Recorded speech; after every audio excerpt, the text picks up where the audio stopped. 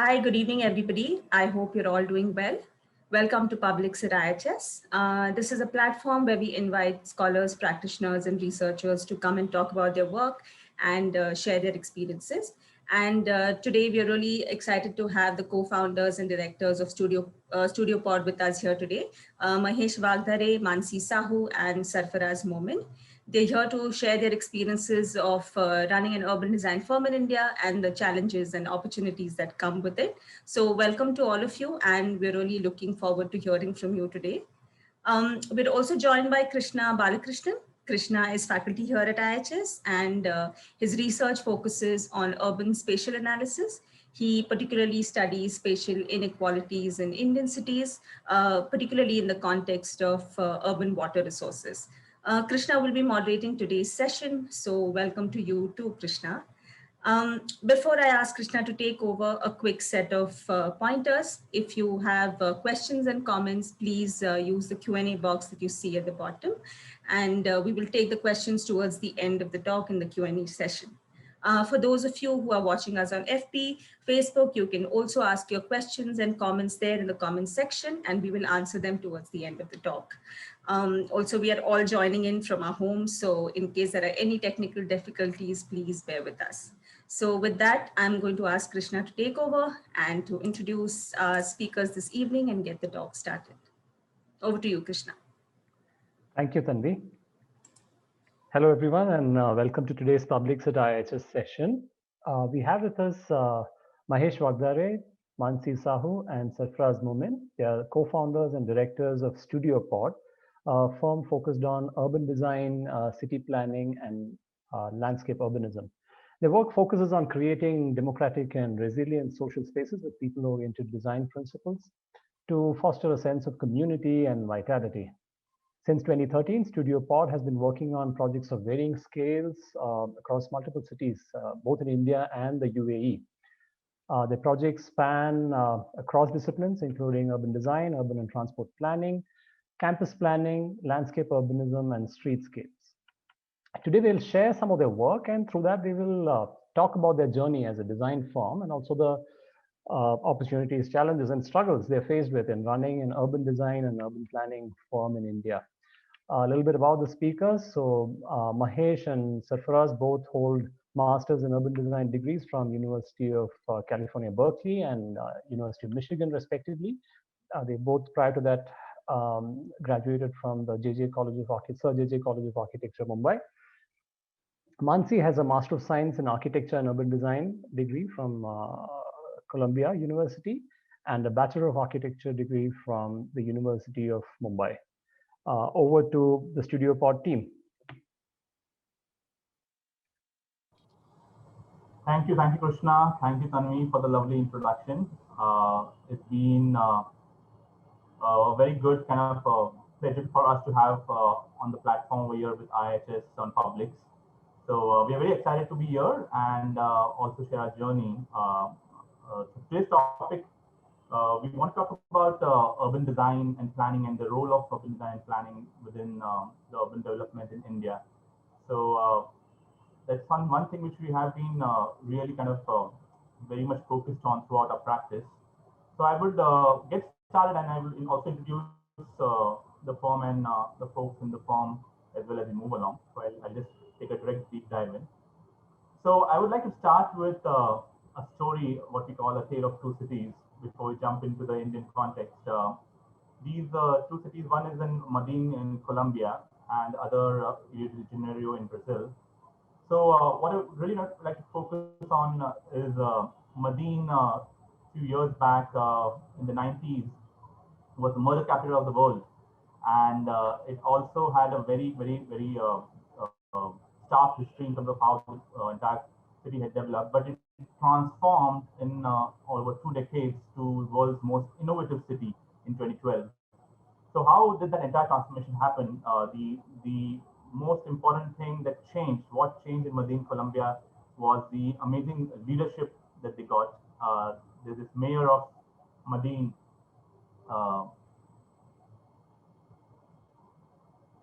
Sergio Fajardo, who actually came in and focused on all the main issues within the city.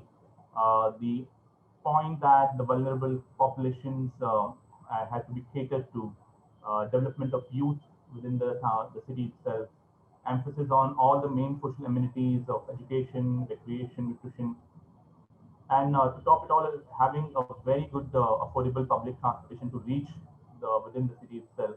So if you see the main thing that he did was he really invested in the street infrastructure and upgradation within the city itself. It's like if you look at the entire fabric, it would look like any of the slum areas that you see around in our country. But the main thing was how the entire focus shifted from the urban fabric kind of going through all these dilapidated conditions to really give state-of-the-art on-ground improvements with amenities and public infrastructure. It's the whole thing was on a big hill, so kind of having like a affordable this rope system which could carry everybody and come in and access all these amazing little hubs within the city itself, having really good quality public spaces within the city where people could come in and meet together. Really invested a lot in the social infrastructure like libraries, schools, so giving a very, very important push towards having some of the most amazing facilities within the city in the very kind of vulnerable populations. So going to Rio, what Rio thought was, okay, this could be easily applied. We have a similar kind of a background, a similar kind of a fabric that we need to cater to. So they tried this Control C, Control V, basically copying what Momin did and trying to do in Rio. And they installed all these ropeway systems and tried to kind of get connectivity in within the city itself in Rio, in the favelas, in the slums. And what happened was people did not respond immediately to that, because what they really wanted on ground, people on ground wanted the city to kind of focus on the social infrastructure, the actual civic infrastructure, the sewer lines, the kind of transformation that needed to happen in these streets within Rio, and that was not happening. The city went ahead and did their direct one kind of solution they took from Momin, and it did not really work for them. But the people of Rio still had their own way of sprucing up their public spaces. They tried out these amazing public arts, which was a big success. It's community coming together and doing their own little thing, which kind of not really transformed the whole thing like what Momin did, but it's something which the people owned it up, right? So that was the story that we wanted to talk about. That when we started off our practice, what we thought, what we all three of us did our masters in urban design. We stayed in the US for a few years and came back. And what we thought was, what we really need to look at is the quest for real kind of Indian solutions for our contextual problems, right? That was the genesis of how we started StudioPOD itself. We call ourselves the people-oriented design, and it's always the people-first approach that we talk about in anything that we do. So this is our entire team right now. In the last 8 years, we've from the three of us, we've grown to a firm of 20 people. At the core of it, we have all our professionals, all our architects and urban designers, but at the end of it, we have our own personality and we have our own kind of character that we bring to the table, right? And we always like to stick together, and even though the pandemic has really, as all over the world, taken a curve and made us kind of work apart and try to do this whole online work from home thing, but we still miss our office studio, and we are trying to kind of get things going as everybody else, right? So that's the main thing, that how as a studio that we are coming together, we really wanted to focus on a transformation that could bring about the change when we start our practice itself as well. And there was a constant dialogue that was happening in our minds. When we came back from the States, all the questions that were coming out was, what is it that you are proposing, right? What is it that you are trying to do in the kind of projects that you get? Because a lot of the questions that we had were like, this is not going to suit India in the Indian context, right? We need to really have our own ways of doing things. So there were a lot of dialogues that were happening. There were a lot of questions that we had. Our peers and everybody whoever were there at that time All of them were like architects and urban designers at that point, but they had a practice of architecture that kind of built up. So what we thought was, our core idea was always about urban design and planning, and that's what our specialty was and our experience was. So we thought, let's stick to it, because there are several good architects all over in the country, but we need good urban design and planning systems in place to start the practice, to start the discipline itself, and focus on it. So today we are going to talk about, obviously the title is Sustainable Urban Development in India, and what we as a firm focus on is that everything has to be an integrated approach towards sustainability, and all the projects that we work on, that's a core kind of focus that we always look at. But today we thought we'll just talk about the different approaches and different kind of types of projects that we have. We focus on some more than the other. So that's how we have kind of divided them, zoom out and kind of look at the larger, bigger picture, talk about the integrated systems in it, and then zoom in and some of the kind of smaller details that will need to be looked at in especially in landscapes and urban design, how that comes through.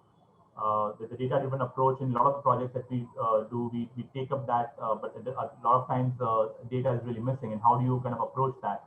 So that's where the investigative urbanism comes in. We talk about the human scale design in some of the projects that we have implemented, and then obviously a lot of it can't happen without collaboration.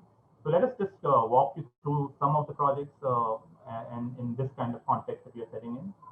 So to begin with, when we talk about zoom out systems, I would like to kind of step back a little bit and tell some bit of a history about of some parts of the country in each of these. So this is southern India towards the Bay of Bengal, the Eastern Ghats. This is the story of cascading tanks that we call. So there was a series of these tanks which were built from the 3rd century BC over a period of time, almost 2,000 years and more than 2,000 years. That these tanks have been built. They are man-made tanks, all kind of feeding through the river system flowing towards the Bay of Bengal in the eastern India. And each of these tanks, 2 or 3 together, were being looked upon, taken care of by the local villages at that time. And the whole history behind how that entire series of these tanks kind of developed and what happened over a period of time. But if you see, it was a very, very innovative kind of integrated water management system that we had in this part of the country. And over a period of time, there was kind of a dictator of how the management happened of these tanks. Post-colonial times and last 1,000 years, more and more of these tanks were kind of they were filled up, and the entire connection to the larger system was lost. The development happened on the banks of these, and the tanks were gone. And obviously, the flooding system that you see during storm events in most of the cities now is a result of a larger kind of ecosystem that has been damaged, right? And you see things like these, where floods in Tamil Nadu in 2015 kind of really affected the entire city of Chennai, and it's still a haunting kind of memory. But at the same time, the same city in 2019 went through a whole day zero situation, where we'll talk about the entire way the infrastructure which is there is not really, the tanks are dried up, the lakes are dried up, and how can the same city which kind of experienced extreme flood events a few years back, and 4 years later this was the condition. At the same time, this is the northern India. This is a NASA image where you can see that the groundwater is actually going down almost by a meter every year. And this is the NCR region is the epicenter of this whole thing. And we know what the issues that come along with it, the water scarcity that is there. So when we're looking at this context, and when we were working in conditions like these in some of the projects, I would show a couple of examples right now. One is in Rajasthan. We were working with a collaborator, CRCI, Gurmeet Rai, where we were looking at 2 villages, kind of looking at the village development plan for the next 20 years. done by the Devasan department.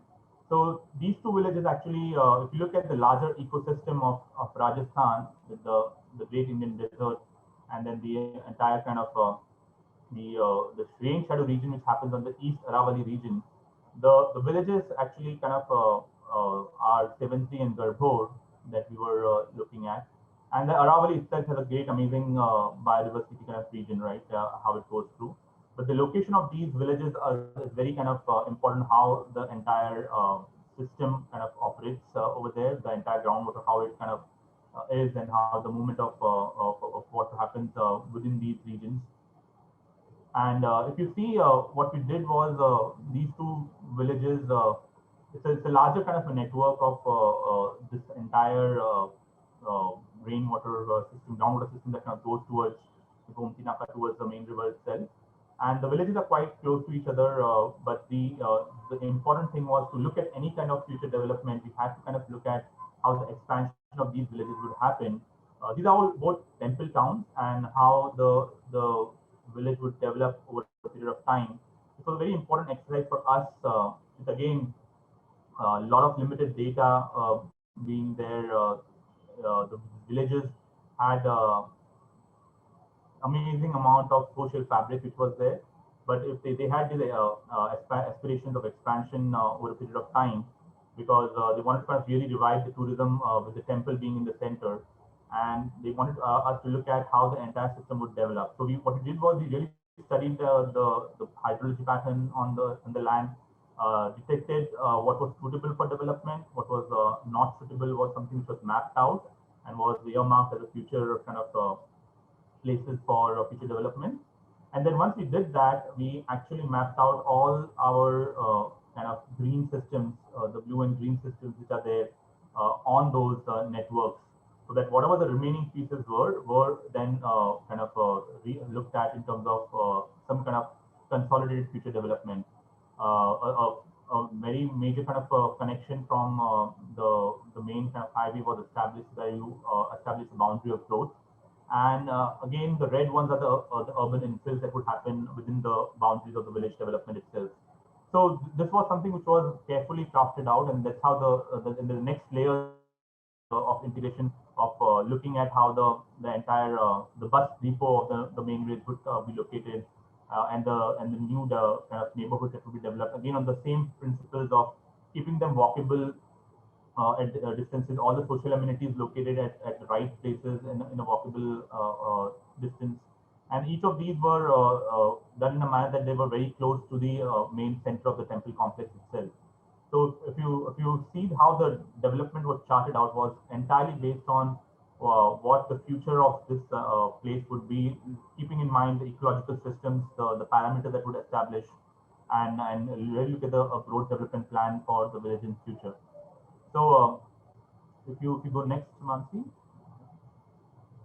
So that's the overall compact mixed-use plan for the village that was developed.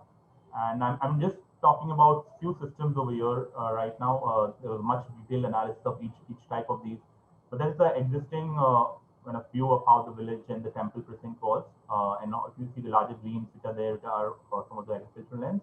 And then the greens which were taken out, or the ones which were supposed to have the water flow going through them as the main topography. Then integrating that with new bus stands and having direct access to the temple complex as well. Social infrastructure like dharamshalas and tourist infrastructure was also developed. So that's how we looked at the larger system at that scale.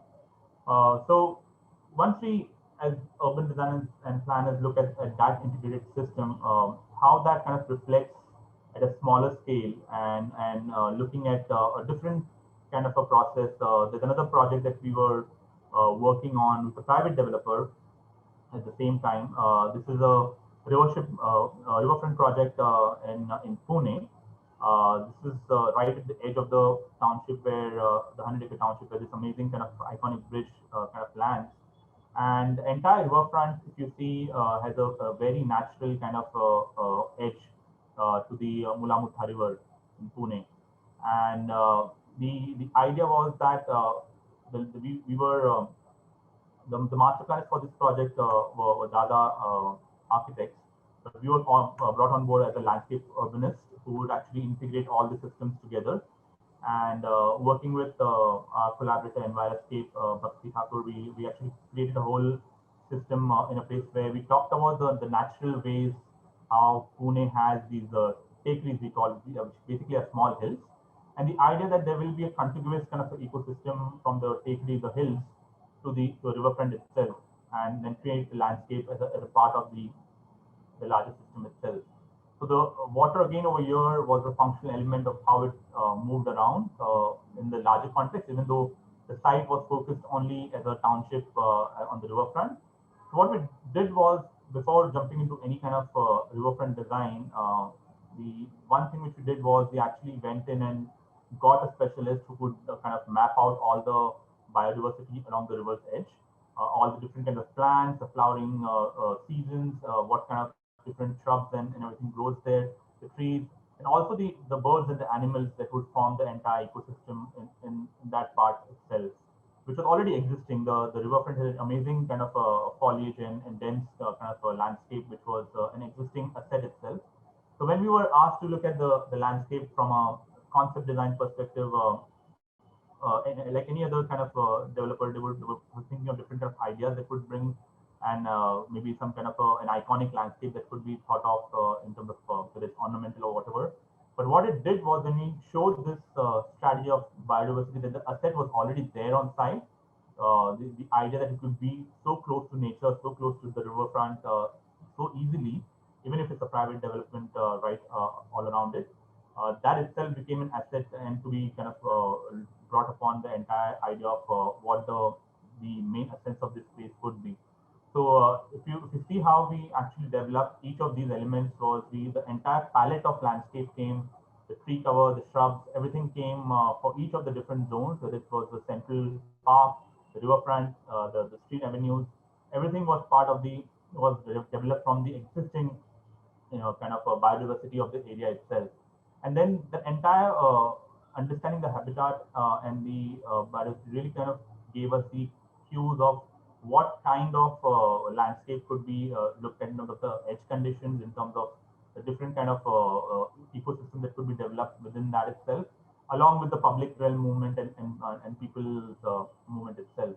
So the whole idea was to retain as much of the landscape from the original natural landscape, creating this amazing kind of tiered landscape approach where you have different kind of shrubs and different kind of planting strategies developed. The entire river walk was very, very low footprint on the ground itself. So having a very, very systematic approach towards how that landscape would really play out and look around with the biodiversity of the area itself. So and in remain terms particular. of the learnings of how we could do, we actually took that entire thing from the central park to the riverfront, how each of these the loop systems, what are the feeding kind of cycles of the birds, what kind of shrubs, what kind of food that was there in that. We actually created a whole strategy for the river's edge from how the edge condition would be, what kind of pylons we would like to develop within the system of the water itself, which should attract more kind of fishes and all different kind of things, areas where we could actually have places where some of these artificial reefs could be developed, and first spot for breeding of the fishes and different kind of sea kind of animals could be developed itself.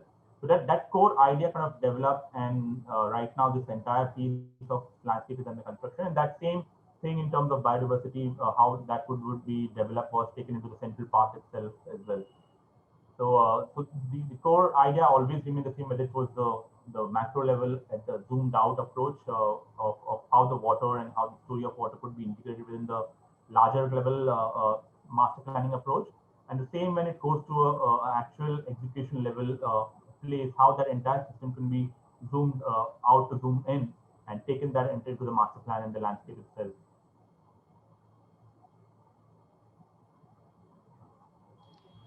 All right, this is where Mahesh was supposed to hand this over to me to take over, but I'll take it over anyways.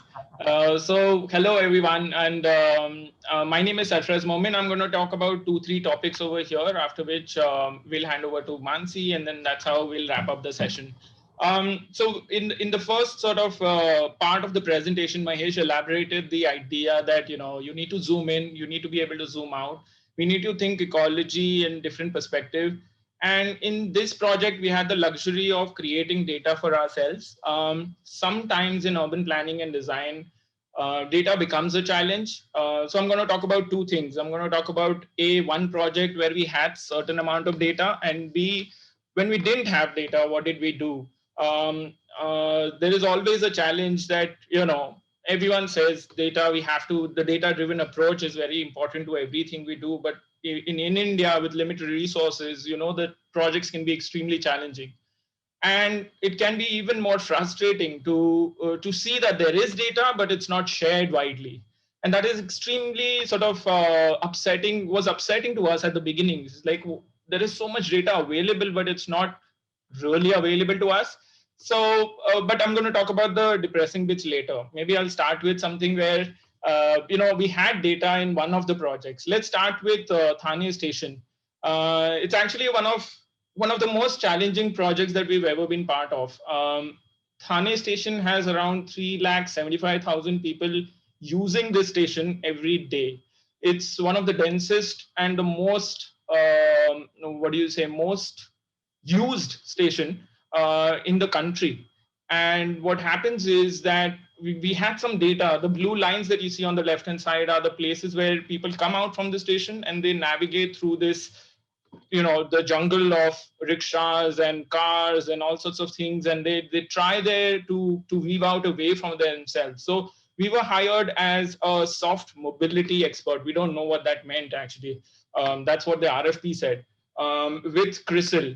Crystal was the lead consultant on this, and we were hired as the experts of soft mobility. I don't know what that means, but I assumed it would mean walkability and, how would people use the space. So let's assume that that was a correct assumption. We started with analysis of, what is the space that we need for people who are using this station or extensively using this station.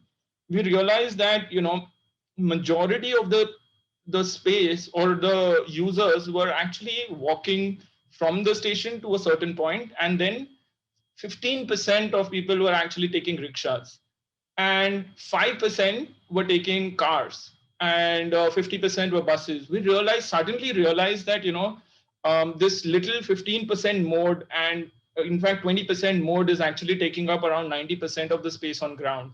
Over here is a picture where, this is an exact challenge that a lot of stations are seeing. We build skywalks, but we know people want to be on ground.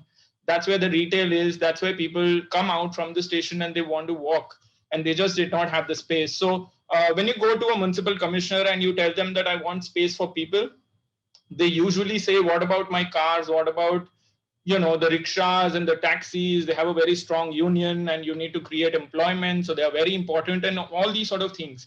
So we had to take a very, very challenging approach, and we had to explain them why we need space for people. And it's somehow becoming all right now to build bigger sidewalks, and Bangalore is a great example. But 3 years ago, we were struggling to convince some IIHS officers and some, executive engineers in Thane that if we create, this would be soft mobility. If we create sidewalk space, it would be soft mobility. So we went to right to the basics, saying that we have so much data based on the number of people that were using the entire stretch. We told them that we need 6 meters of sidewalk space, and they just said, no, that's not possible. In the suburbs, the maximum in Mumbai that you can get is 1.5 meters. We had to explain them that, 1.5 meters is not an effective width. So we had to go explain the theory that what is effective width of the sidewalk. Essentially, if you have a retail space, 1.5 meter in front of retail is not effective because people are standing there, they're loitering, which is very important for the retail success. If there is a simple railing, you have a 1.5 meter buffer that you have to leave, where, it reduces the effective width of the entire space considerably. And all these are factors that you cannot account for. This is what the space requirement is. And you go, so that's how we convince them that we need a lot of space for the sidewalks to be there, and they just It was quite a journey, but we managed to convince them through some of the simulations that we did for them. Keep going, I think keep going ahead. Yeah, we just explain them that, that first 1 meter is gone. The other 0.5 meter next to a column, nobody walks. That's human psychology. You see a barrier, you're going to keep distance from that barrier. And hence it's important to also understand people's psychology, that, when people move, how do they move on site? And that's how we sort of convince them that you give us this entire carriageway and we're going to make a wider sidewalk over there. It was a good 6 months fight that we had to sort of go with them, convince them, draw the lines, put barricades, tell them that, stop traffic, at least try. You don't need so many lanes for rickshaws because they're just 15% of the modal split. Keep going next. And then finally we managed to do this, where we did manage to barricade it out. This is the image on the left hand side, is what used to happen.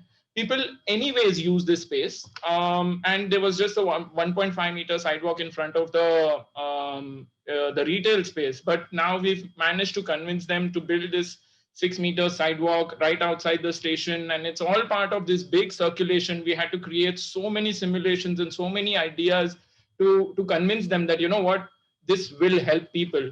A lot of times when you say help people, they think parking and cars and rickshaws. Over here, it was really about people on the ground.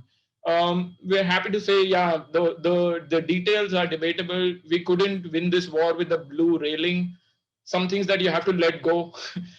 And sometimes we're still fighting to get this railing to be painted back to black. Actually, they put in a railing. We made a big case about as soon as you put railing, that 0.5 meter is gone, people won't be able to use it and all sorts of things. But, it's a constant fight. City planning and building is a continuous process. So we'll continue this fight, but it took 3 years for us to convince them that, okay, this will work. And now I think a lot of people are really happy in the municipality, in places. So this awareness has started to happen. We see more and more cities are actually dedicating more space for people. And that was when the data was available to us, and convincing people when the data was available was so tough. So now comes the aspect when we don't have data. What do we do? So we call it investigative urbanism. This was inspired by investigative journalism. We said, let's call it urbanism, where we think that, a lot of times we are asked ridiculous expectations from clients, and they come up with a concept plan. I don't have a survey. I just have this site in some place and whatever it is, and just come up with something. So we said, okay, let's see what can we do. We need to innovate at every step. We need to sort of come up with ideas of how can we convince people. And I'm going to talk about 2 projects over here. One is very, very interesting. It's Dal Lake in Srinagar.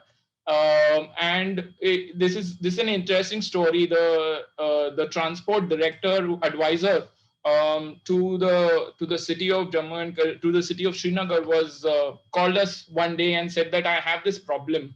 This yellow line that you see on the edge of the Dal Lake, they want to build a massive highway there.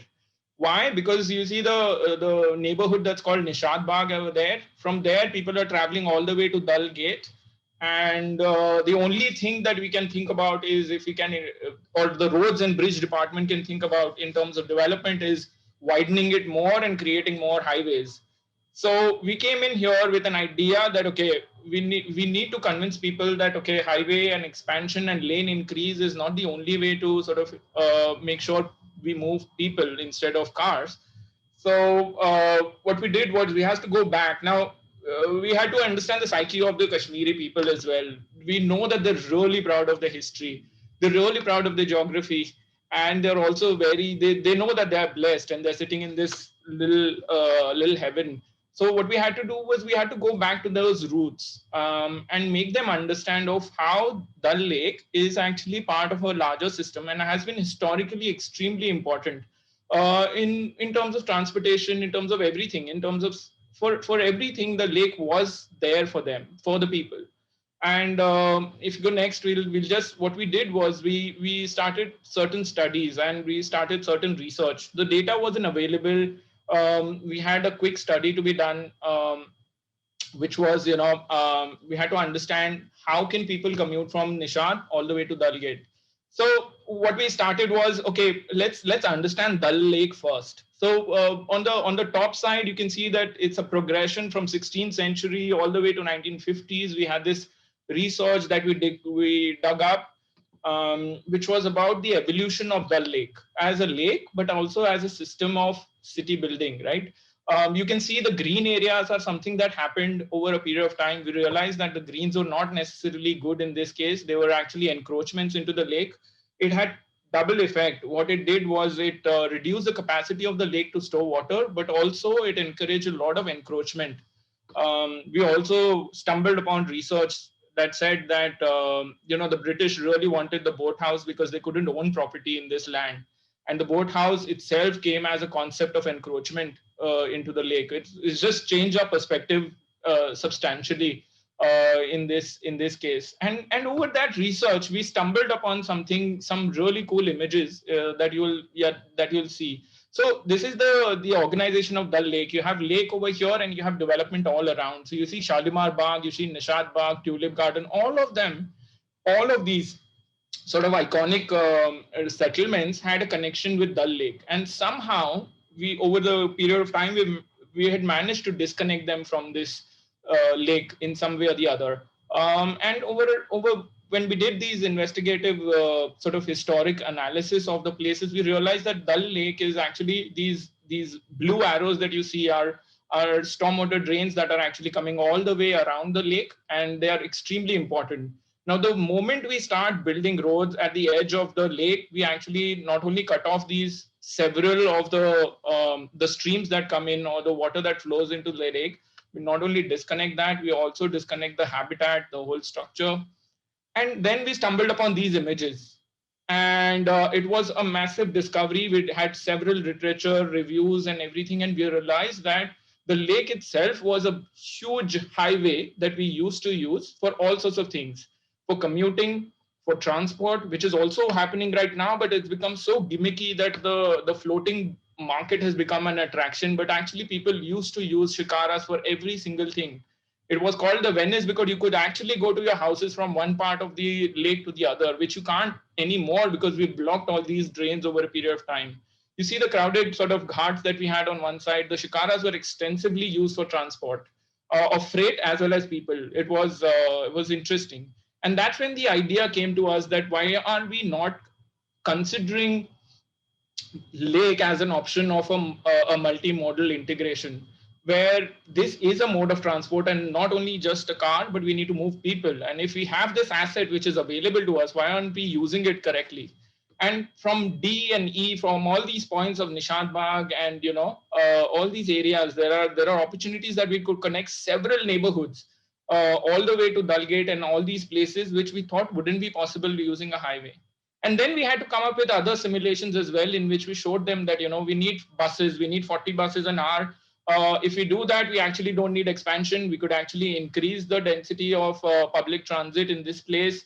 All of this is possible if we do it in a systematic, integrated manner. We did look for alternative routes as well, where you could construct roads that are away from the lake.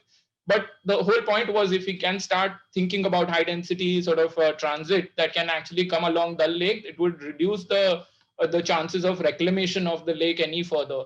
And for that, we had to use several mechanisms again. And then we showed them a vision saying that, it can be more about people than about cars and the highway along the Dal Lake. And you can use the same amount of space that you have today, but transport more people from one part of the lake to the other. And water transport plays a very, very important role in that. Similarly, we had to use these ideas that, Nishad Bagh is extremely close to people in Kashmir. They relate to this, saying that this is a wonderful sort of monument that they have. This is a lake where the water actually cascades down. This is, an open space where the water cascades down all the way to the lake.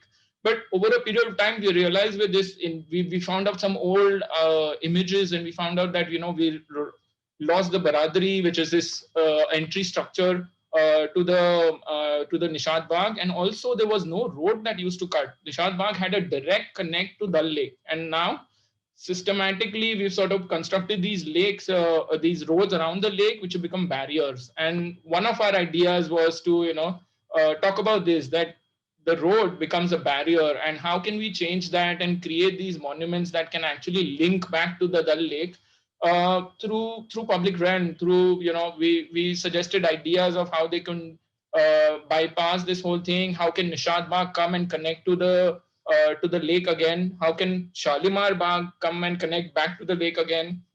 And this instantly struck a chord with them. And to our surprise, they took history so closely that we were able to some extent, were successful in stopping this 4-lane highway extension of Dal Lake and reclamation. And now the government we know that back in the day when we did this project, we realized that the government was ready to invest in the ghats and the water transport. Ola showed up at the door and said that we could start these shikaras that will transport people, and we were excited to all of that happen. But then, of course, the political turmoil took a completely different turn.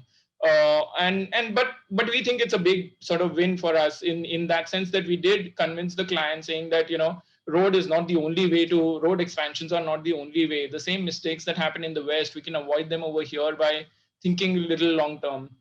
Another project where investigative urbanism came to our rescue was there's this 4,600 acres of islands that the government of Andhra Pradesh wanted to invest in. To the south of these islands that are shown in yellow was the new city of Amravati when Chandrababu Naidu wanted to develop that. And these islands were supposed to be for entertainment and recreation, which was a big challenge for us when we entered this competition. So what we did was we just gathered data from wherever we could. So what we did was a simple time lapse for them. We showed, in you can see that as you build these, the yellows get transformed into oranges, into red, and we instantly realized that the islands actually are completely dynamic. They transform with the course of the river. They actually don't have a fixed profile, and that's really something that we must account for when we are designing these islands to be the reserve. Of course, they came up with their whole wish list of we want a museum, or we want like a amusement park here, we want this, we want Disney, we want that. But we had to work with them to convince them that these river islands are extremely sensitive when it comes to ecology. What we did give them and leave behind was this whole toolkit of how can we deal with these dynamic riverfronts. The islands keep changing. We cannot take it as the island is going to remain constant. The river is going to change. So we designed this entire booklet and a toolkit which had several interventions about floodable landscape, of how can we deal with floodable landscapes. You have a low cost, a medium cost, and a high cost. Give them 3 different options, 10 different variations of the same, of how can we build different edges that can be sustainable and will last longer, and we as a species can still use them along with other species and enjoy the riverfront. And we came up with these alternatives of how do we change this whole perception from being this entertainment based island to being an ecologically sensitive based island and tourism. And in the end, it eventually ended up being like this proposal, which was about constructing more wetlands, constructing more nature. And as we all know, today we are looking for spaces like these. The islands that were meant for tourism, the whole perspective of tourism changed when we presented this vision plan, saying that it is going to be more about the ecology. People are going to be one of the members of several species that are going to thrive in this space.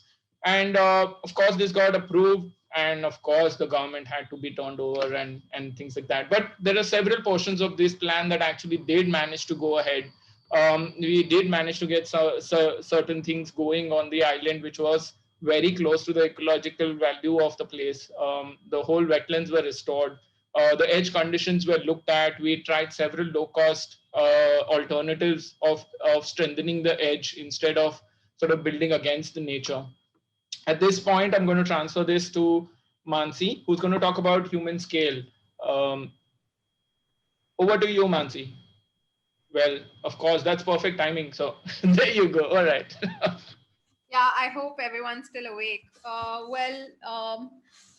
going to be talking about how designing for people at human scale is very, very important, especially for urban design projects. one second. So this is something that all urban designers really talk about is eyes on street. What does that really mean? It means having a lot of spaces for interaction, making sure that when you are talking about eye level, it is literally the views are talking what is the experience a person is going to have. Are you going to brush shoulders? Is it going to be something that is going to be a good space that everybody wants to go at? So it really is about the experience at the eye level. And that really has multiple benefits, because when you start thinking about it from this scale, you start thinking about, well, is it walkable? And not walkable in the big radius, but literally walkable as in, if it is, zigzag, what does that length actually accumulate to? What is the kind of impact it is going to have to someone's health? What is the kind of impact it's going to have to a social health of a space? Will it become a space where everybody hangs out? Will it become a space where everybody would like to go? Is it safe for people? Is it going to be safe at night? What is the kind of environment that you're creating? These are all questions that sort of come up. One of the things that I want to start this with is the idea of compact neighborhoods. And this was a plan that we were doing in Abu Dhabi with CBT Architects. They were the lead from Boston. It's for the city of Masdar. We were working on phase 2 for this specific exercise, and we are continuing to work with them for different phases as well from the past 6 years now. One second.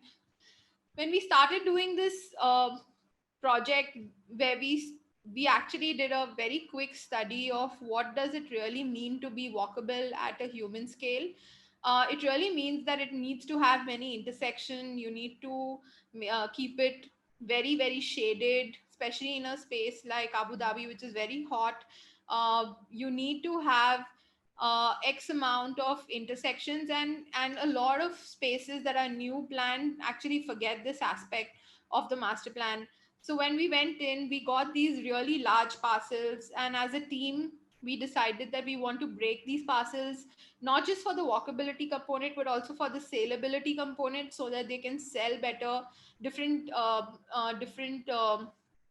builders can come in and collaborate, and as you break the scales, you sort of start getting these spaces that can be shared between buildings, that can become these pedestrian sort of priority spaces, and that will make people take shortcuts, so you don't have to walk around a large sort of a plot, but you could walk through it basically. So what we actually did was we got them planned with 39 intersections per square mile, and we actually gave when we did the plan, we actually were able to create 291 sections per square mile, and still be able to have the kind of all the components that were required in terms of the land use mix, the saleable mix, and all the consultants came on board. There were multiple consultants for these projects, the transportation consultant, and everybody came on board with this idea of creating humane spaces and creating these sort of communities that would have different things. And this was one way we communicated to the client how different things can happen through these sikkas, which were the like the image here. Sikkas are pedestrian streets, and when once you are in a sikka, that's where the kids could play, that's where the mother could call for the kid, that's where you go down and scream for your friends to come out and play. These become really those eyes on street sort of spaces. And similarly, we actually got a really different brief when we were invited for a competition for Piramals. They were creating a campus for their CSR, and which was basically about giving education to educating the educators. And in this, the site was in Jaipur. And when we started going to the site, actually there was nothing around the site, but the context, the larger context was very important. The brief of the project was also that they wanted to create a campus that would not make anybody who comes to this, since they were educators mostly above 50 years old, they did not want the campus to overwhelm any student. So that was quite the opposite of what you would want a large institution to have, that architectural impact on you. Whereas here the idea was that when you are there, you should feel like you are within Rajasthan villages. You don't feel like you are something very small in a very big sort of space. Sorry. Oh no, 1 second, sorry.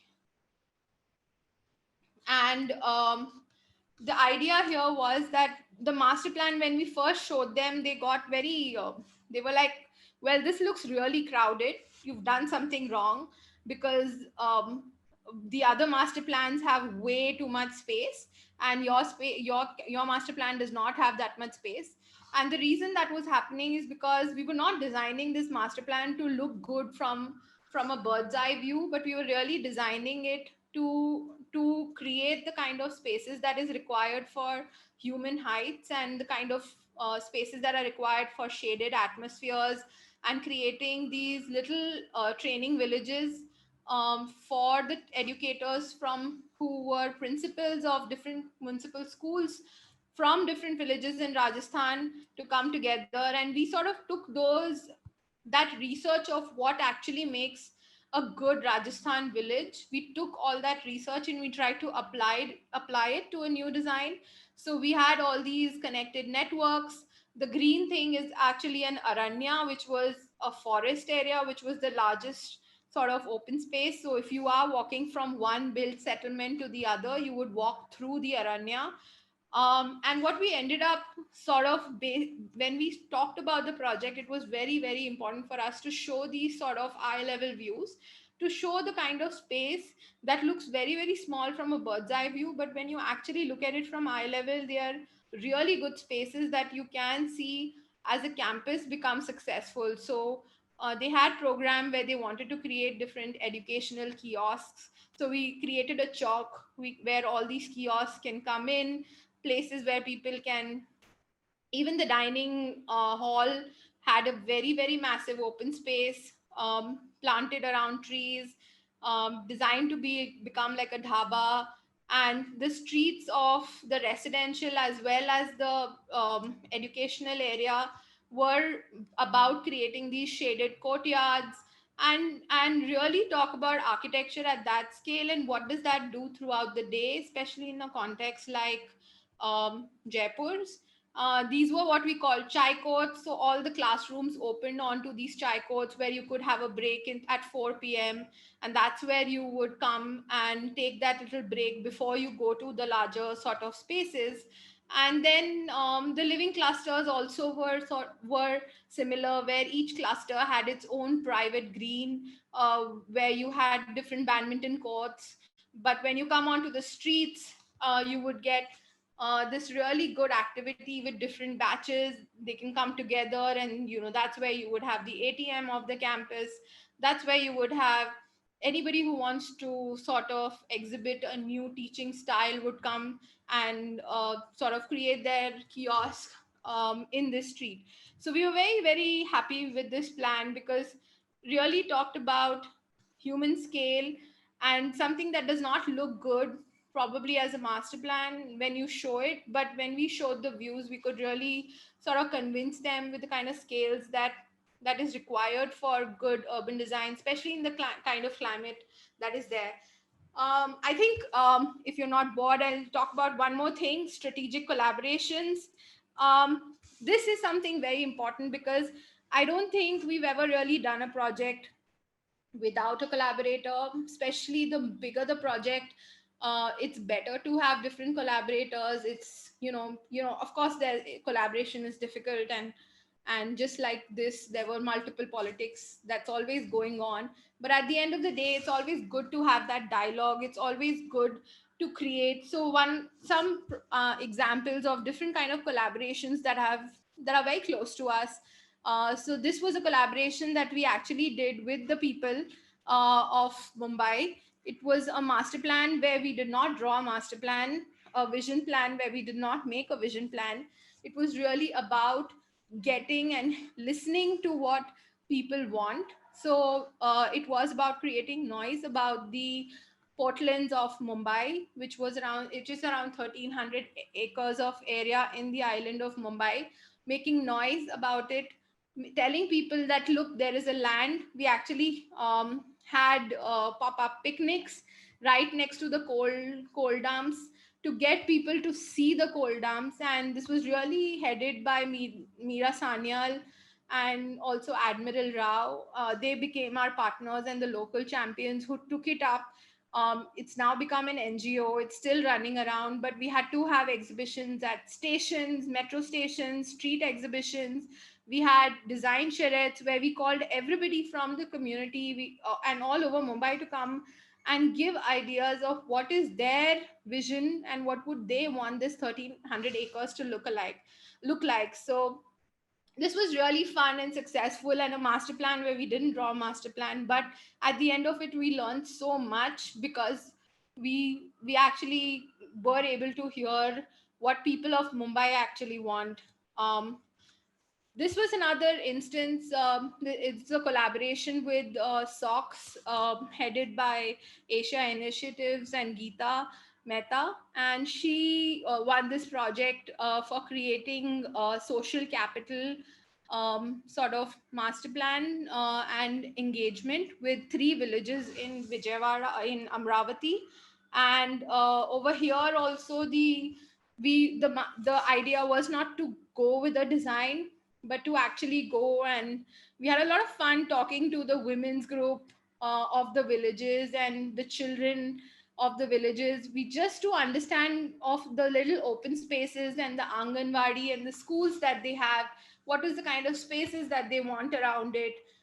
We actually made them design with a tree, with a sticker of a tree and a bench where they think what is the kind of layout they would like, and also made them sort of create their own capital credit program. Unfortunately, this was before the lockdown and after the lockdown, and this couldn't go further. But these were some of the ideas that came out from it. Um, where this is a school that you see at the back. These were all ideas that we took from them and then showed them these renderings. Would you think something like this would work? And if it works, would you be ready to come, help us out, paint this out if we get paints and etc. But one of the things that we were able to do as part of this plan was the tree plantation drive, where within this village, one of the things they said that, well, if you give us the tree, we will take care of it. So there were little tags added to these trees with the names of people who have adopted these trees within the villages, and that would sort of be continued, within their generations. That's what they said, and it was a very fun day where we were able to sort of plant some trees inside the villages. This was a strategic collaboration with somebody who did not know what our scope would be. So the master plan is called Non-Fare Box Revenue Master Plan, and it doesn't have the word urban design or any sort of urban. They didn't know what urban designers would do in this, but it was a very interesting collaboration because it was with someone who was a financial expert, and the idea was to create more revenue through the stations, through the parcels of land that the stations have, and to increase the kind of retail visibility, and also somehow increase the usability of the stations. So this was an example that the largest area parcel near Vidhan Bhavan, where we talked about how you do have some space and you can create different kind of parcels and integrate them really well with the metro, and still create new sort of development that would give you some revenue, but have a really good ground floor that would still keep the entire space very, very public and very, very alive with retail and very sort of engaging programs.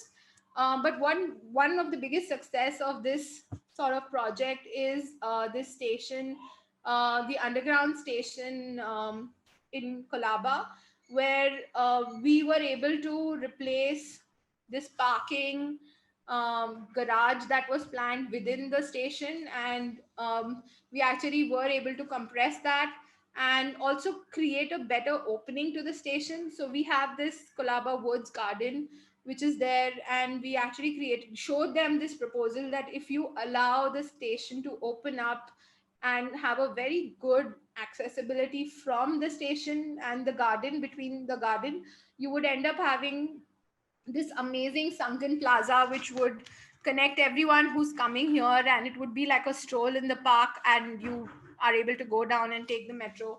We were very lucky that they heard us out, and even though it was really difficult, the architects they had finished their good for construction drawings, they had actually issued it, but they actually were able to step back, hear us out, and be able to change this. So this is now under construction, and we're very happy that this sort of system is happening. And the next time you actually go to the station, you will be able to go down from a sunken plaza, you'll get better visibility of the retail. The government will get more money from the sale of the retail, the people will get better accessibility to the station. So it's like a win-win happy story for everyone, we're hoping. Then while we're also working, there are some things that come out that sort of intrigue us, and these are explorations that we do for fun. So this is very important because everybody in the studio at some point through some project has come through a problem that maybe the project couldn't resolve, and this is where we sort of started different initiatives, and we're sort of keeping, wherever we get time, we're trying to keep them alive. And we have some people in the team who are dedicated to keep these sort of initiatives going. So this was something that was really born out of need, that we were tired of talking to adults actually, because we realized that all our stakeholders are so narrow-minded, and they've been taught something like that since they're kids, that oh, development equals road. They're like, okay, so if we can't change the guys who are already grown up, what if we start talking to our youngest stakeholders and start discussing with them what urban design is, what are the kind of cities they aspire to live in, what are the kind of streets that they want, what are the kind of open spaces that they want, and maybe even learn from them before they get set in their ways, or streets ऐसे ही होते हैं, roads ऐसे ही होते हैं, highway ऐसे होते हैं.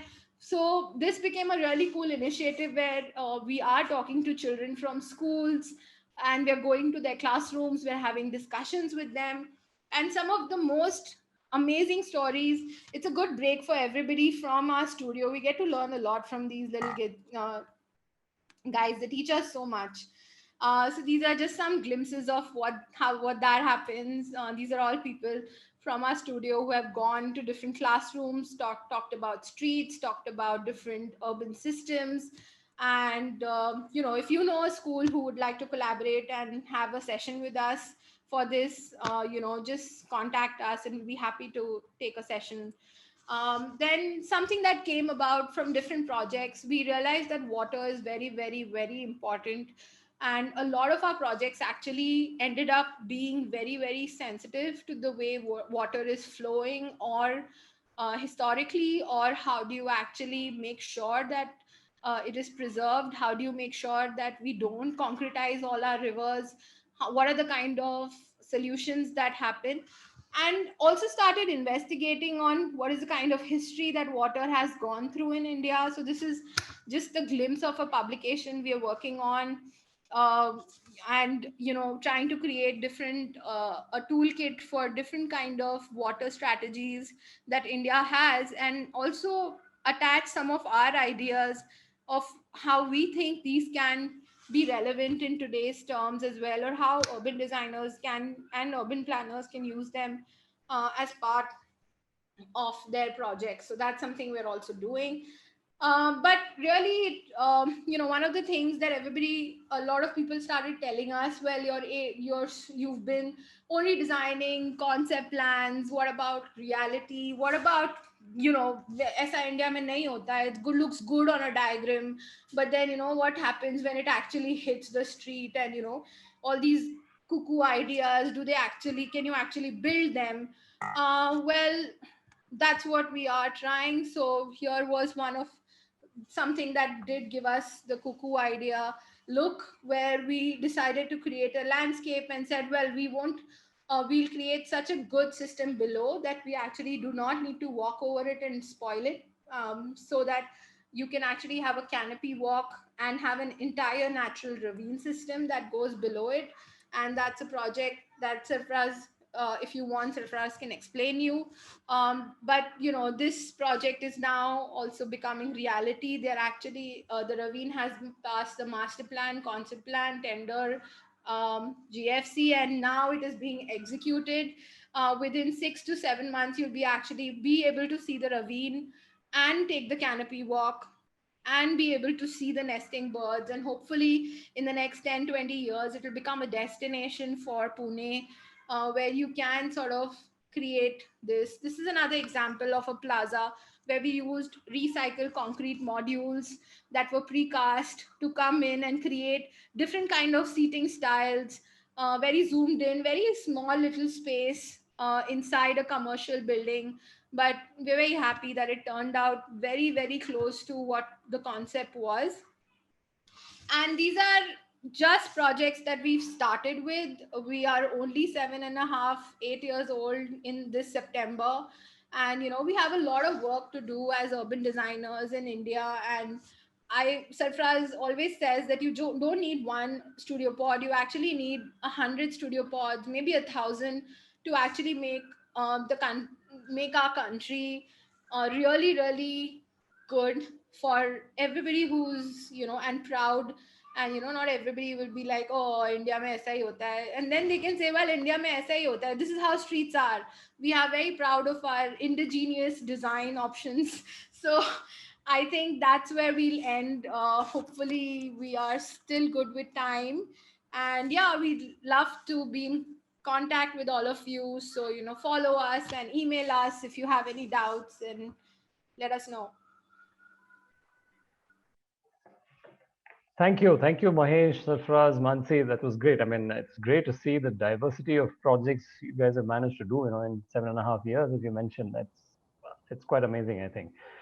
Let me maybe start with Mansi, what you mentioned. So to everyone who's attending on Zoom or Facebook Live, please post your questions on Zoom. You can post the questions into the Q&A box, please. So just to start off the discussion, I thought you mentioned, how there is so much to be done in terms of urban design. So I thought maybe I'll start with that. Like urban design, as a discipline, it's existed in India for maybe half a century now. Sometime from I think the early 70s onwards at the least. And often, I've heard from other colleagues, friends, it's so difficult to run a urban design focused firm. It's sort of alluded to that in the beginning, how, mostly you have architecture focused firms who do a little bit of urban design. You've kind of chosen a very different trajectory. Do you see the kind of role urban design, or do you see that it's become easier to run urban design firms, focused firms of late? And how do you see this changing going forward? So I will just start on that. As you said, Krishna, planning and urban design, planning most ever in the Indian context, has been there for a long time, right? We have big cities which have been done, and historically also we have a very good on that. However, there has been a kind of a lapse in terms of how we have, how cities have responded over a period of time, right? And throughout the colonial period and post-independence, there is inspiration for anything new. New cities have come up, but there's a lot of kind of understatement towards our existing cities, our infrastructure, and how we have kind of turned our back towards our kind of our rivers, for example, let's say, and make them not as the main theme of city environment, but for backstage. So it's been something which has been for all of us when we started this practice, something that was very close to our heart. Obviously, there are a lot of good architects, as I said before, but for us it was very critical to kind of stick to our core. And when we started off, it was quite something which we thought that we are trying to and also Just kind of a greater kind of organization asking for specific. Hello, there's nothing wrong with his internet. That's just how he talks. can you hear me? Sorry, Mahesh. So just to answer your question, Krishna, I'll just add to what Mahesh was saying. When we did start off, it was a bit challenging for sure. I think the discipline of urban design um, had not arrived in India when we decided that we'd start off.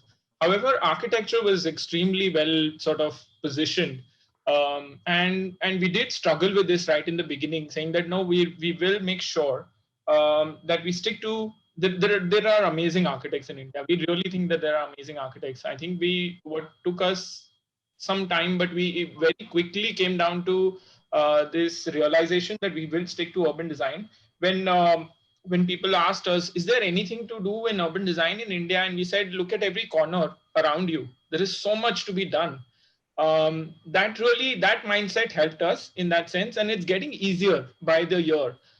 We see more and more urban design practices now. We see very good young people who are now taking up this charge, and we're very happy to see more and more people come up with this idea that I will probably work as an urban designer in this field. And then if that is happening, I think there is a really good trend, and that's something that we are very, very happy to see. It's definitely improving. A lot of RFPs are asking for urban designers. That's another very good thing that has happened. And a lot of developers, actually, a lot of private developers have come to us and said that we need urban designers. And that has happened because a lot of urban designers are also working with developers. So we as a community are spreading. We are making ourselves heard, and that's a very positive change.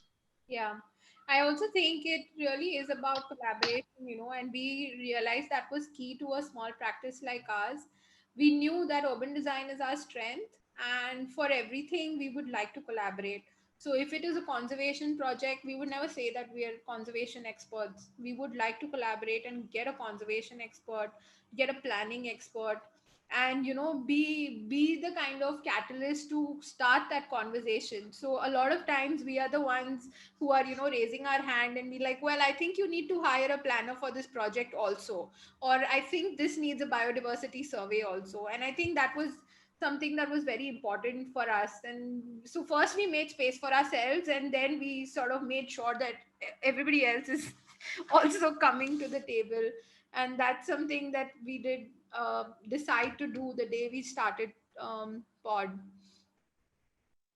So I guess in some senses, there's a lot more awareness about urban design and the value that urban design brings, especially as people are more aware of what's happening in other cities. And this goes to Mahesh's original point about the control C, control V. But do you also see that becoming a big constraint because people see something somewhere else and then they're like, oh, okay, we should do it like this, and we'll get an urban designer to do it. Do you see that also happening?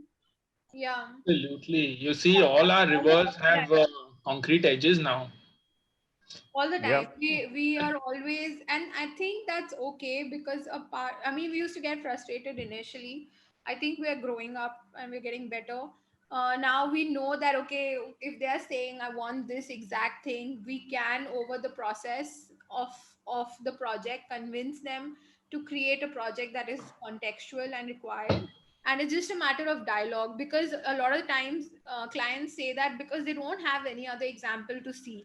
But if you show them, like, for example, a lot of times whenever we're doing riverfronts, we're told that, well, why don't you just make a ghat, make Banaras, or make Varanasi, or Or make even Rome and Paris. Yeah, exactly. make these really, like, things that we have seen, but they've not seen the work of Turenscape. They've not seen the work of different sort of people who are taking a different stand globally. And I think that becomes a part of it, where you include that education in, and say, hey, here are 10 other ways of doing a riverfront. Why don't you explore something like that? So I think that's okay to start with. We're not judging anyone who comes to us with saying that let's copy this. We're like, okay, let's start with copying, but here are other 10, 15 other things you can copy. So now let's make a khichdi and let's add a little bit of Indian, and then we'll create a unique solution. So that's something that we've been using. So I also want to ask, especially related to some of the projects you showed in the beginning, how do some of these projects get initiated? Sarfaraz earlier mentioned about how in RFPs you have, they ask for urban designers and so on. Especially I was struck by I think the project which Mahesh talked about, the one in Rajasthan, the several villages and how you had studied the whole hydrological system there to arrive at the overall approach. How did a project like that get initiated, and how are they? How does it move forward in terms of financing and so on? This is the credit for the Rajasthan village goes to Mansi's talking skills. So that's a very interesting story that you must hear. Actually, we met Gurmeet for the smart city launch, and we basically went to her, introduced us, and she is a conservation architect. We said, here we are very young, we want some work. We're only an urban design firm, we don't do any architecture. And then we troubled her continuously for 3-4 months. Well, do you have any urban design work for us now, now? And finally, she was gracious enough to say, well, I have one project, I can give you a little scope and see if you are really good or not good. And then that was good, that she liked our work, so she gave us the guidelines of Puri as one of the first projects we worked with her. And then while we were doing Puri, we got the villages. So that sort of started with just approaching people who we knew had big projects. We went to them and said, hey, you have a big project, if you have a little scope for us, then why don't you try to give us some work? And then we really troubled them and stopped them. Okay, so we have lots of questions here in the Q&A box. Maybe I'll take one of them.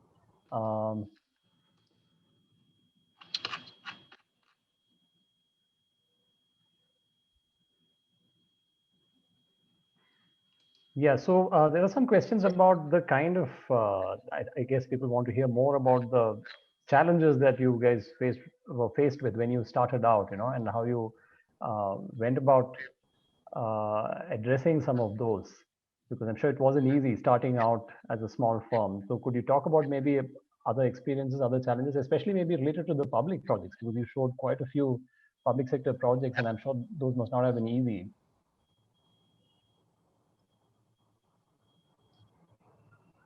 Sarfaraz, you want to talk? So public engagements can go. We have horror stories also from public engagement projects, and we also have some good stories. Uh, there was once a public engagement project where we got completely shunned, and it just got taken over by the political parties, and it became a two party war, and then nobody was talking about the design at all.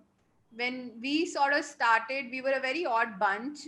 We were the three of us. We didn't look old enough to look like very, very good planners. We didn't have enough. They still don't, Mansi. Yeah, I know. That's why we prefer to keep our cameras off on our Zoom meetings. And a lot of times we were the youngest in the room. It was tough to speak up and sort of contradict some of the seniors. In India, we have a very hierarchical system. It was very tough to tell an IAS officer, well, this is good, but here is another approach, or, and when we started off, uh, I think people liked our energy, people liked our focus, people liked the fact that we were not doing everything under the sun. Sarfraz, Mahesh, and I were ready to not work for any pay. We were not doing anything on the side.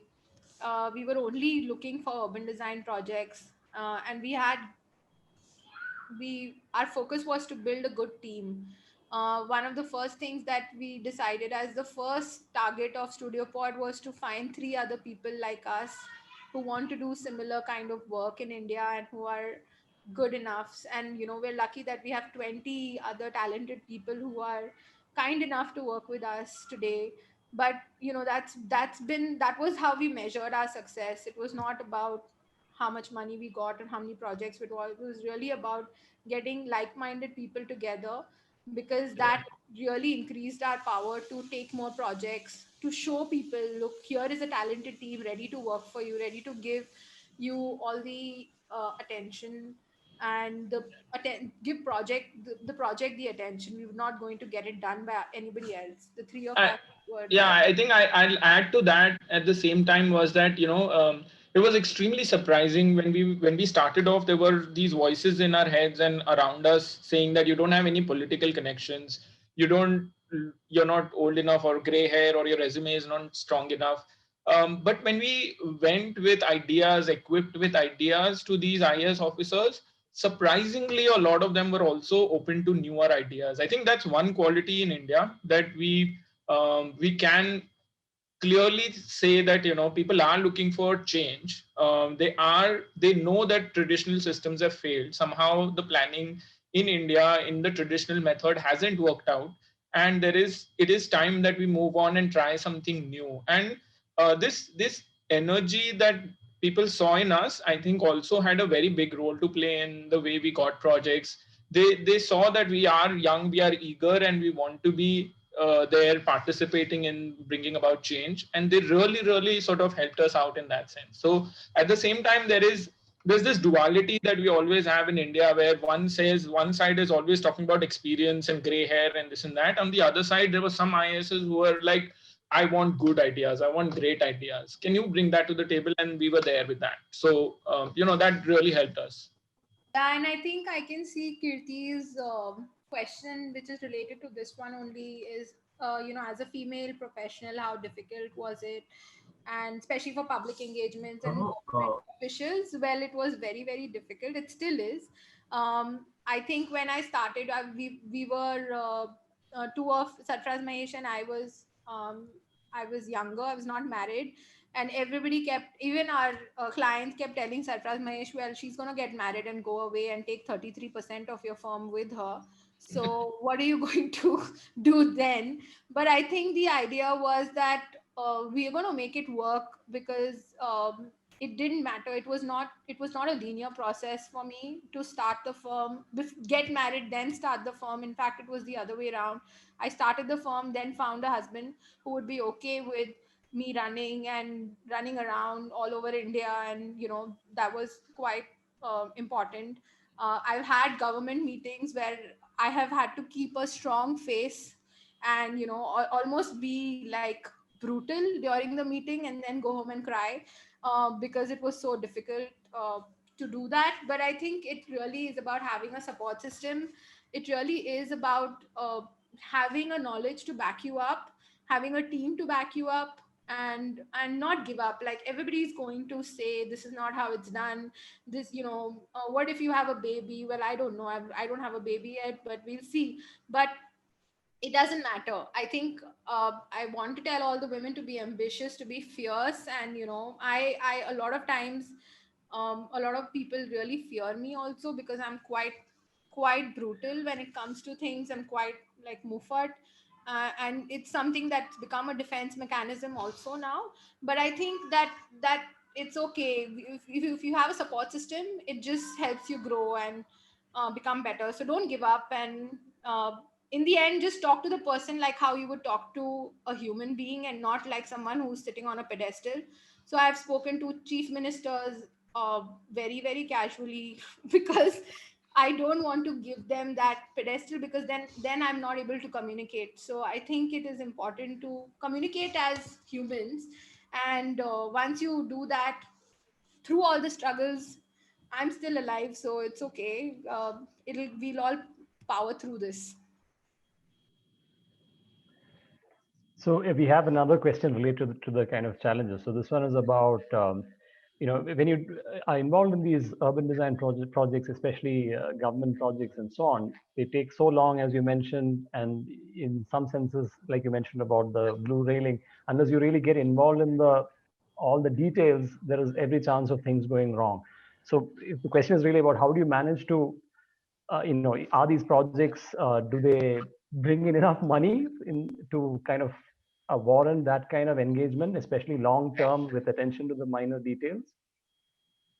How do you guys just make it work? How do you really make it feasible for us to run practice like It's such a challenge every day that we go through, and it's not something which we think that will come up easy for us. One way we have done it is we've never stuck to only one kind of project that will go on and I told you that's just the way he talks.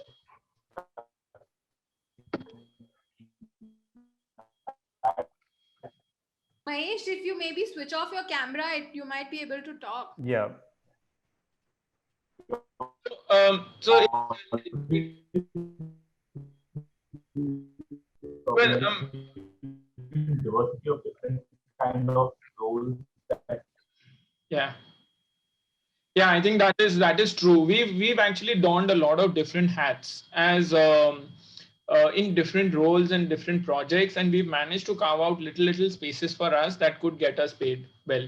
We've not worked on a single project that was done for free. We actually think it's not a great idea. It starts with basic ethics of practice, where we refuse to do anything that is done for free. Even if it is a small amount, we'd be okay to do it, but it has to come with a fee, a respect for the whole project and the assignment. And little by little, as the awareness is going on, as people are seeing our work and seeing value in it, we are getting paid better and better by the day, by the year. So initially, the projects were a very tiny scale. We had to do 33 pitches to win one project. The first year, we did 33 projects, and we just got one project that was a real project that paid us. After that, the proportion has steadily. So we do 33 to 40 pitches every year, but the number of projects that we are winning has increased over a period of time, and that's got to do with experience and a little bit of awareness, and of course the quality of work and something of that sort. So it is a lot of different things that we had to try. But one thing that we made sure was we did not go in with a predetermined idea of what an urban designer does, which has helped us in several different capacities. So, for instance, with this non-fare box revenue, if you would have gone that we are the designers, it would have been a very difficult position to be in. Similarly, we worked with the US government helping 3 cities, 3 smart cities as well. The US government had no idea they needed local planners. We went in and sat amongst energy specialists, data specialists, and all these specialists, and we were there just as part of the entire stakeholder. We were one of them. So it was important. It's a lot of learning. It's a lot of interesting things. A lot of times urban designers think that my sketch will solve all problems. We're actually just one small keg in the entire sort of system, which we need to understand. City building is a collective process. And in that, there are several categories that we can fit into. And that has also managed us and helped us to remain financially sustainable, and also has beginning to show green shoots. I think we're doing much better than we were doing 5 years ago. Thank you. I mean, it's a great discussion. Unfortunately, we are out of time. So as Mansi suggested earlier, can I request Sarfaraz to maybe talk a little bit more about that last project which you showed, the one with the ravine and the walkways, and maybe we can conclude with that. Yeah. So it's based on this similar idea of zoom in and zoom out. What we did was we got this 100-acre proposal site in next to Mula River in Pune. And the first thing that this was for a good developer, this was Godrej Properties that came to us and said that we need a master plan. And, when in a greenfield project, you look for context, you look for how do I start my first step towards urban design, master planning of sorts. So our first step began with analyzing how the land behaves without people. And the land behaves without people. We found that the site actually had 2 ravines. Essentially, these were collecting water from higher contour and coming down towards the river. And there were previous master plan iterations that just completely disregarded them. So that was our starting point. It ended up becoming like this really cool horseshoe shape open space, which is very odd for a master plan. But it was based on this idea that after the development gets done, it is not going to impact the ecology or the habitats that used to exist over there. And that really became the starting point. The entire open space, unlike Central Park and development around it, this was a park designed first and development then fitting into other places, because it is important to maintain this ecology. And that's the ravine that we not only managed to preserve but now enhance. Now we have another species, humans, who are actually taking the canopy walk, and sort of creating this loop of ecosystem where we are creating awareness. There is an entire section of the canopy walk where we are talking about, what species are there on site. We're educating kids, we're educating people who are going to come there, and this is happening within a private township. And we're really proud about this, that the Godrej team did not come up with this fancy, selling marketing ideas of 7 wonders, or I'm going to construct a Paris or a Miami or a this or that. Now they're talking about ravine forest. They actually are using ravine forest as a marketing tool.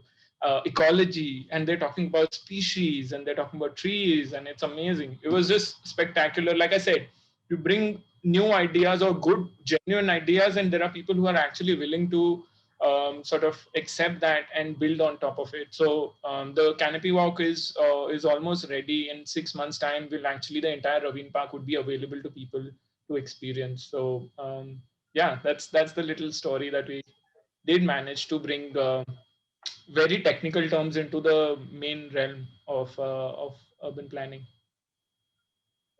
Thank you. I think that's a great note to end on. And like I said, it's amazing the diversity of things that you've managed to do, and all the best moving forward. Over to Tanvi to conclude. Thank you. Yeah, thank you so much, Sarfaraz, Mansi, and Mahesh, for that really interesting talk and discussion. And thanks to you too, Krishna. And we had so many people join us today for this webinar. So thank you, everybody. And thank you for all those wonderful questions. And due to lack of time, we unfortunately can't take all of them. A recording of this talk will be available on our IIHS YouTube channel. So please subscribe to our channel.